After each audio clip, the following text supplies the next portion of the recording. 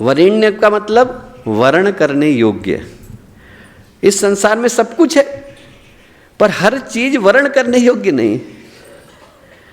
यहां पर अच्छा भी है, बुरा भी है, शुभ भी है, अशुभ भी, पुण्य भी है, पाप भी, अंधकार भी है, प्रकाश भी है।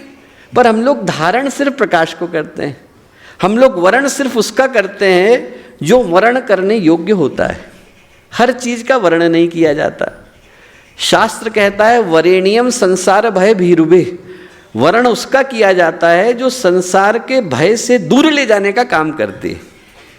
वर्ण तो उसी का किया जाता है।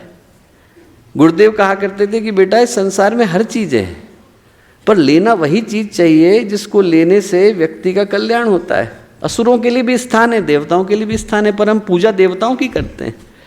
यहाँ पर ऋषियों के लिए भी स्थान है, यहाँ पर पातकियों के लिए भी स्थान है, पर हम अनुकरण ऋषियों का करते हैं।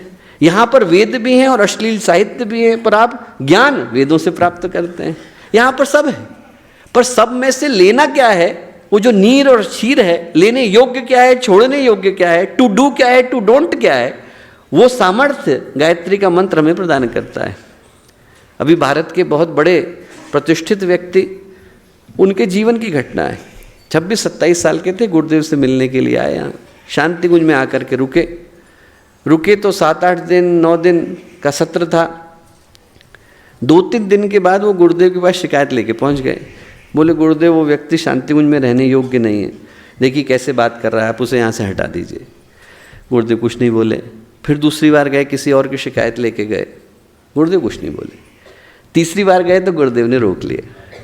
गुरुदेव ने कहा कि बेटा 3 बातें मैं तुझसे कहता हूँ। क्या? बोले देख हमारा गायत्री परिवार भगवान शिव की बारात है, इसमें देवता भी चलते हैं, भूत प्रेत भी चलते हैं। बोले सब विवेकानंद बन गए होते तो यहाँ क्यों आते? बोले तू उनसे उनके परिष्कार के अधिकार को क्यों छीन रहा है, सुधरने दे उन्हें। दूसरा जो बात इस शब्द से महत्वपूर्ण दृष्टि से जुड़ी हुई है, गुरुदेव ने कहा एक बाग में भौरा भी होता है, गुबरैला भी होता है। एक गोबर पर बैठता है, एक पराग पर बैठता है।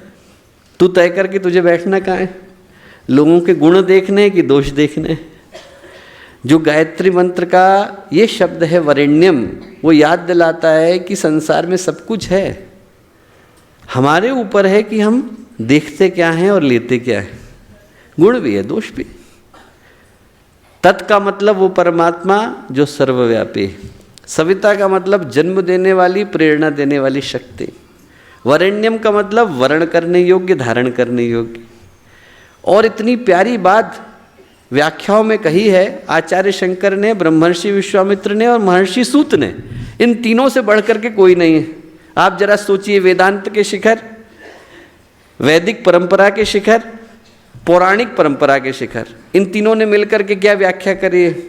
इनने कहा है वरेणम सर्व जंतुभे। ये गायत्री मंत्र इतना पवित्र है कि सारे जंतुओं के लिए वर्ण करने योग्य है। इंसान को छोड़ दीजिए, कहते हैं सारे जंतुओं के लिए वर्ण करने योग्य है। और यहाँ लोग प्रतिबंध लगा के बैठ गए, इनको करना चाहिए, इनको नहीं करना चाहिए। आप जरा सोच के देखिए, शास्त्र कहते हैं वरेण्यम सर्व जंतुभे। इंसान को छोड़ दीजिए, जंतुओं तक को ये गायत्री मंत्र धारण करना चाहिए। और लोग अपना नियम बना के बैठ जाते हैं, ये करेंगे, ये नहीं करेंगे। अरे कहाँ से आ सकता है? वरेण्यम का मतलब वर्ण करने योग्य, धारण करने योग्य, लेने योग्य। हमारे YouTube चैनल शांति कुंज वीडियो गायत्री परिवार को सब्सक्राइब करें एवं बेल आइकन जरूर दबाएं ताकि गायत्री परिवार की विभिन्न गतिविधियों की जानकारी आपको मिलती रहे।